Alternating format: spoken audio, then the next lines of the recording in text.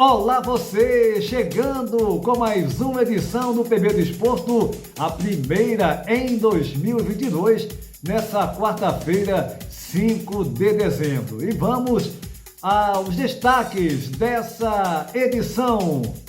A verdade sobre o interesse de clubes europeus no atacante do Flamengo, Gabigol. Permanência de goleiro Fábio no Cruzeiro ainda indefinida. Jogador tem 976 jogos com a equipe mineira. Jorge Jesus pede mais tempo para pensar a proposta do Atlético Mineiro. E um terceiro nome surgindo para o Galo Mineiro na busca de um novo treinador para 2022. Aqui na Europa, notícias da Liga Portuguesa como demais competições no continente europeu. No bate-papo do PB do Esporto, Antônio Manuel Góes, no Rio de Janeiro, analisa as possíveis adesões de demais clubes do futebol brasileiro ao modelo futebol empresa, como também as sondagens de equipes aqui da Europa no atacante do Flamengo, Gabigol.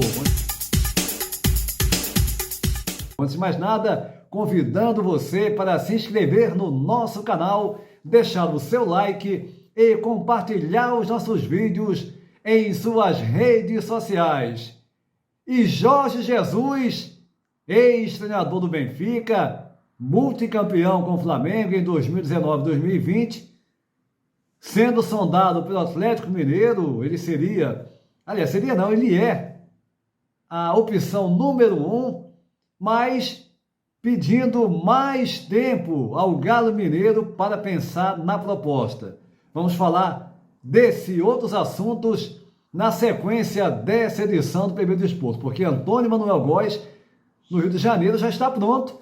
E eu vou começar a abordar contigo, Antônio Manuel Góes, o primeiro assunto sobre possíveis adesões e bem possíveis de demais clubes do futebol brasileiro ao modelo futebol empresa, hein, Antônio Manuel Góes? Olá, Antônio Júnior e gente do PB Desporto. Apesar das notícias de que pelo menos 15 associações desportivas Brasil afora, tidas no papel como sem fins lucrativos, passaram a condição de sociedades anônimas do futebol, seguimos no rame-rame das gestões irresponsáveis em clubes da Série A, que empurram seus rumbos financeiros para baixo do tapete.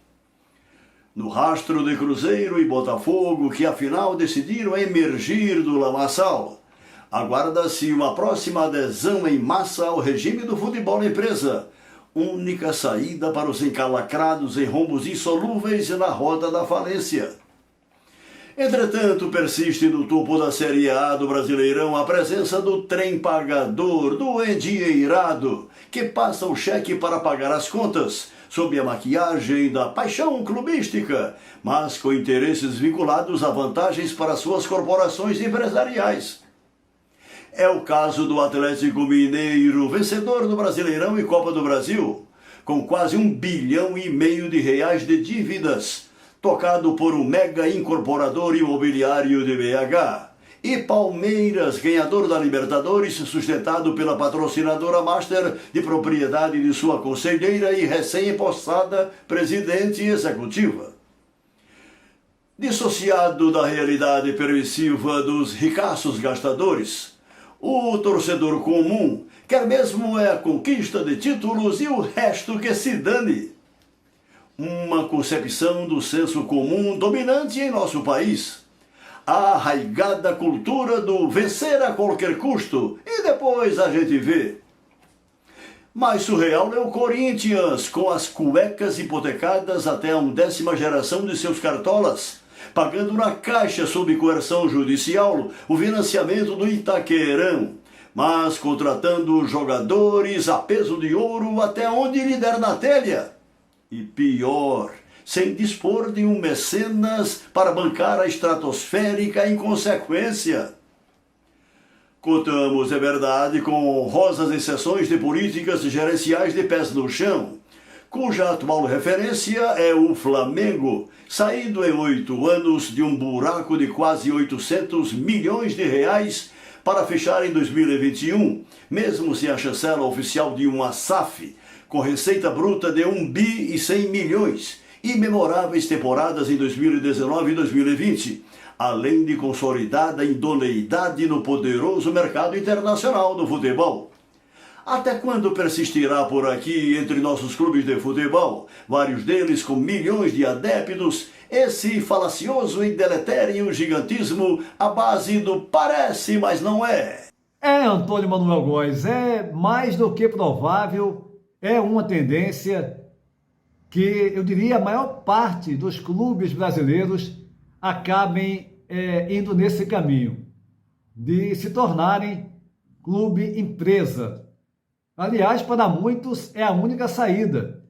E um exemplo aqui da Europa, como eu já comentei com você, com o próprio Jorge Moraes, que é uma tendência os clubes seguirem esse modelo que deu mais do que certo aqui na Europa, não só nos clubes da primeira linha, como os demais clubes dos países aqui no continente europeu. Mas o segundo assunto que eu quero abordar com você, o nosso segundo e último assunto, é sobre as sondagens em cima do atacante do Flamengo, Gabriel Barbosa, o Gabigol.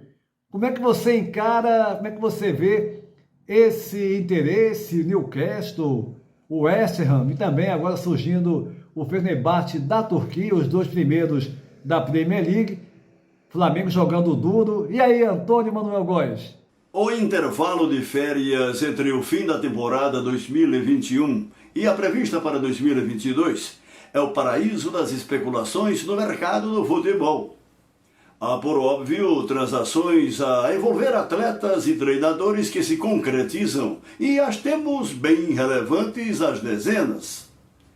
Nesse agitado campo especulativo, um prato cheio para preencher os espaços de inatividade nos estádios, justo à mercê de esquizofrênico noticiário da imprensa convencional e dos canais de torcedores conhecidos como youtubers, pretensamente autodeclarados como detentores das melhores fontes de informação sobre os bastidores dos clubes.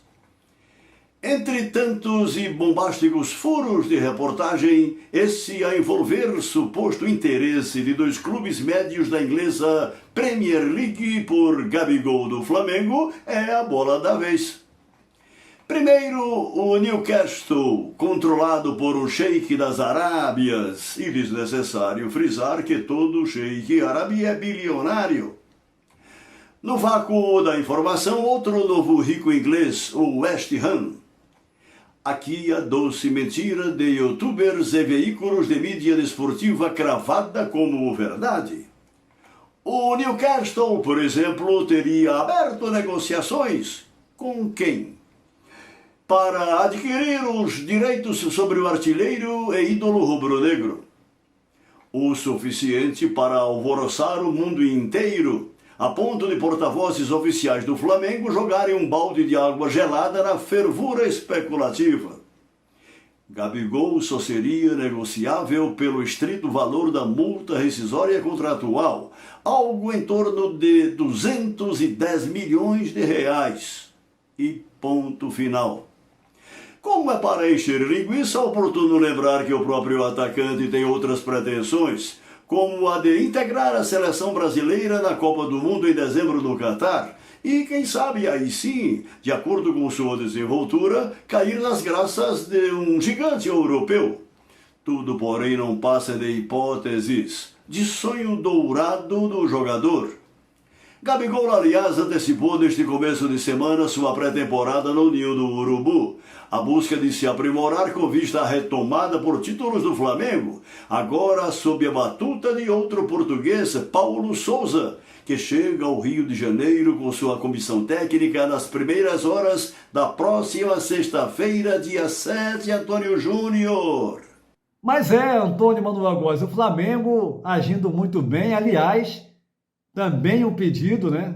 Foi um reforço que o Paulo Sousa conversando com Marcos Braz, com Bruno Spindel, nas últimas horas, né, desde ontem, de forma mais clara, mais direta, para que o Flamengo, não só com relação ao Gabigol, que uma venda só se for pelo valor máximo, né, no caso, do jogador, o Gabigol o valor do passe seria 33 milhões de euros, algo em torno de pouco mais de 210 milhões de reais, justamente para dificultar. E os clubes europeus até o momento, o West Ham como o Newcastle, teriam feito propostas, sondagens pelo menos, né, colocando aí uma pré-proposta de empréstimo de 1 ano e meio para depois sim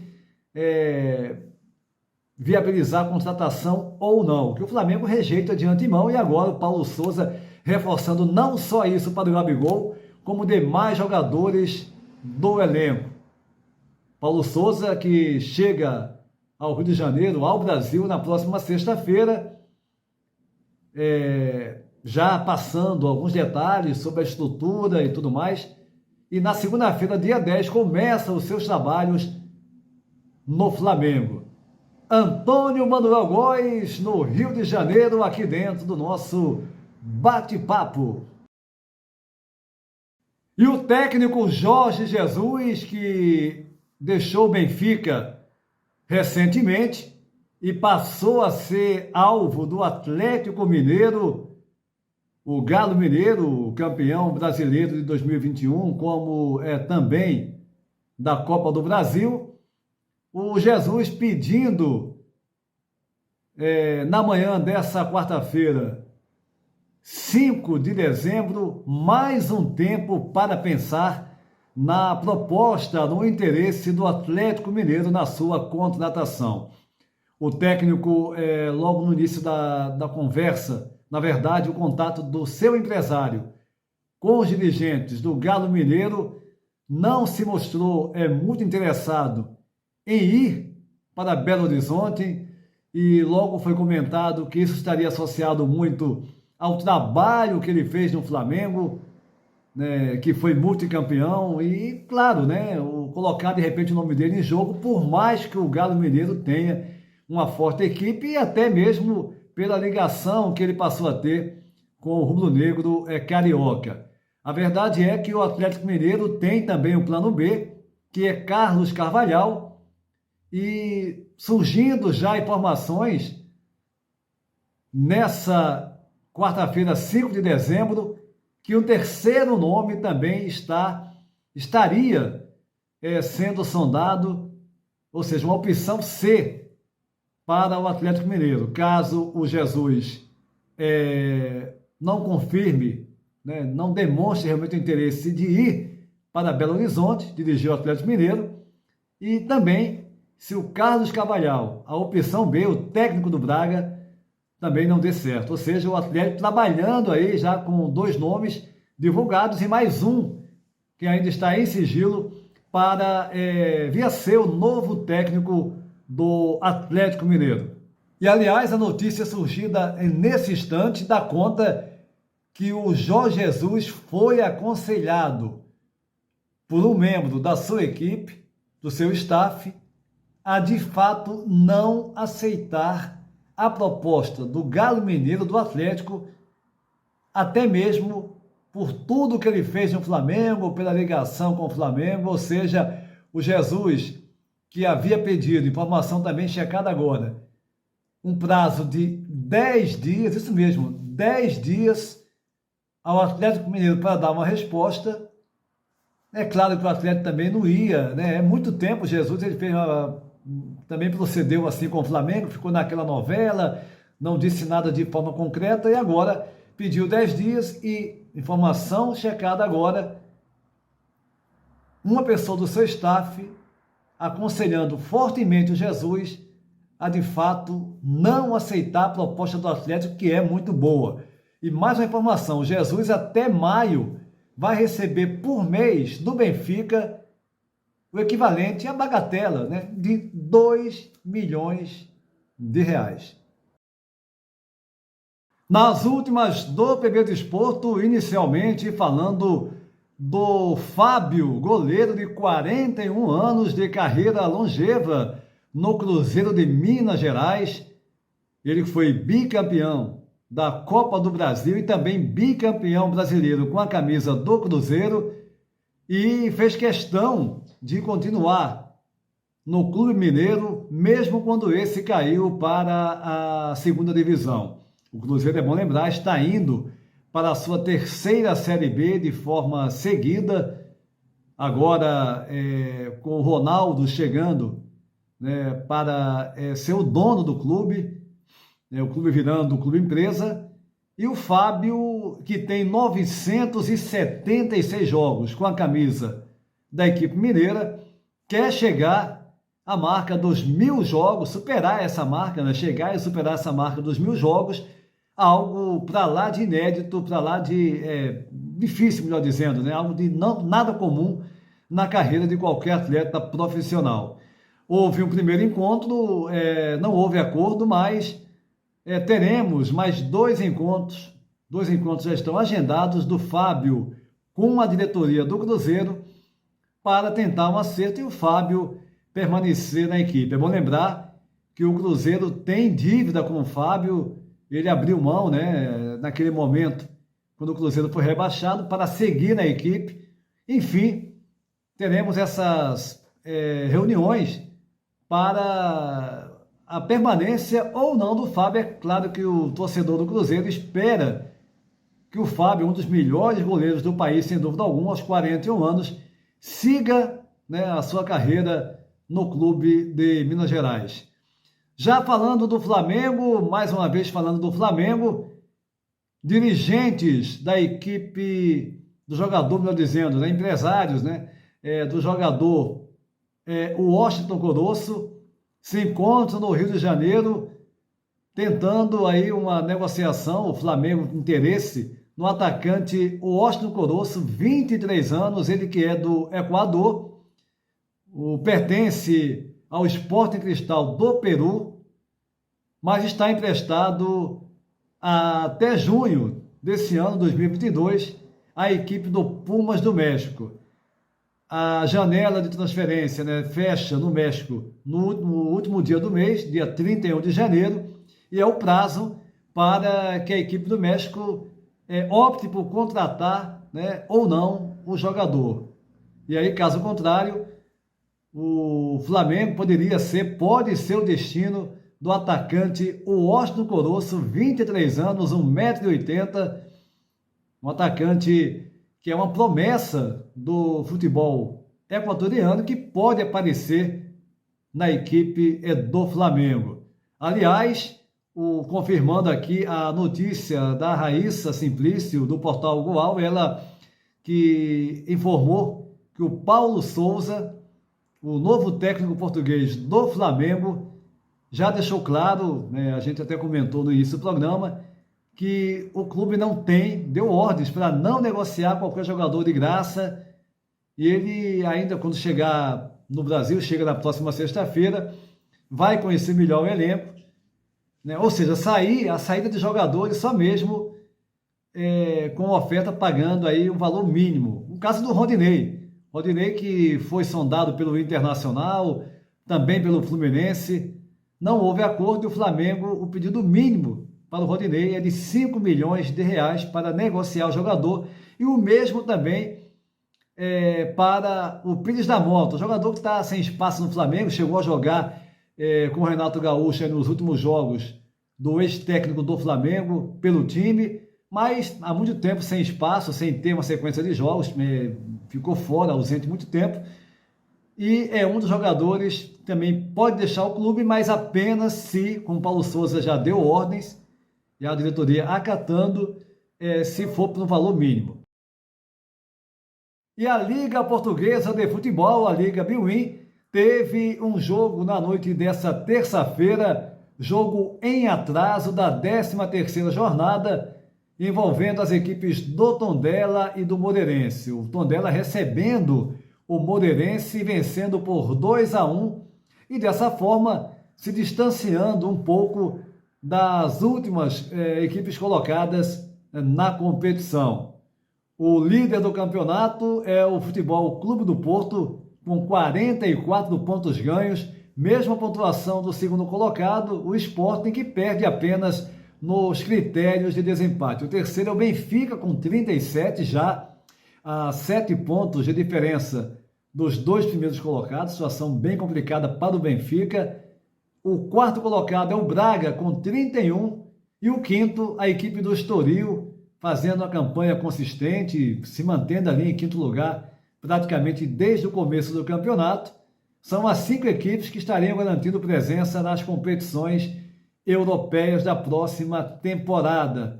Outra equipe que faz uma bela campanha é o Portimonense, da cidade de Portimão, no Algarve, o sexto colocado com 24 pontos ganhos. Já as duas equipes últimas colocadas, que estariam nesse momento sendo rebaixadas para a segunda divisão do Campeonato Português, a equipe do Famalicão, da vizinha Famalicão, próxima aqui da região de Gândara, norte de Portugal, com apenas 11 pontos ganhos, e o último, o Belenenses SAD, com 8 pontos no campeonato. Já a sensação da La Liga, o campeonato espanhol, é o Sevilha. Sevilha, da bela cidade, belíssima cidade de Sevilha, que eu tive o prazer de conhecer anos atrás, fazendo uma campanha maravilhosa. Em 19 jogos, são 12 vitórias, 5 empates e apenas 2 derrotas, 41 pontos no campeonato, a 5 do líder Real Madrid, que tem 46. O Sevilha tem apenas 2 derrotas, a equipe com menos derrotas junto com o líder Real Madrid, e uma campanha realmente maravilhosa. Na noite dessa última segunda-feira, o Sevilha venceu fora de casa a equipe do Cádiz por 1-0 e segue aí na segunda colocação da competição. Detalhe é que outra equipe da cidade, o Betis, vem na terceira colocação, já é um pouquinho mais abaixo, com 33 pontos ganhos, mas sem dúvida alguma o Sevilha é o destaque dessa competição. O quarto colocado é o Atlético de Madrid, com 32 pontos ganhos. Em quinto aparece o Barcelona, com 31. Barcelona, todo mundo sabe, numa situação financeira, uma situação administrativa caótica, né? Tentando aí se reerguer. Em sexto, o Raio Vallecano, que tem 30 pontos. Seriam as 6 equipes que estariam nesse momento garantindo presença nas competições europeias da próxima temporada. O PB Desporto vai ficando por aqui, lembrando que nessa quinta-feira teremos a edição do Curtas do PB Desporto, e na sexta mais uma edição do PB Desporto, a segunda desse ano. A todos um abraço e até a próxima.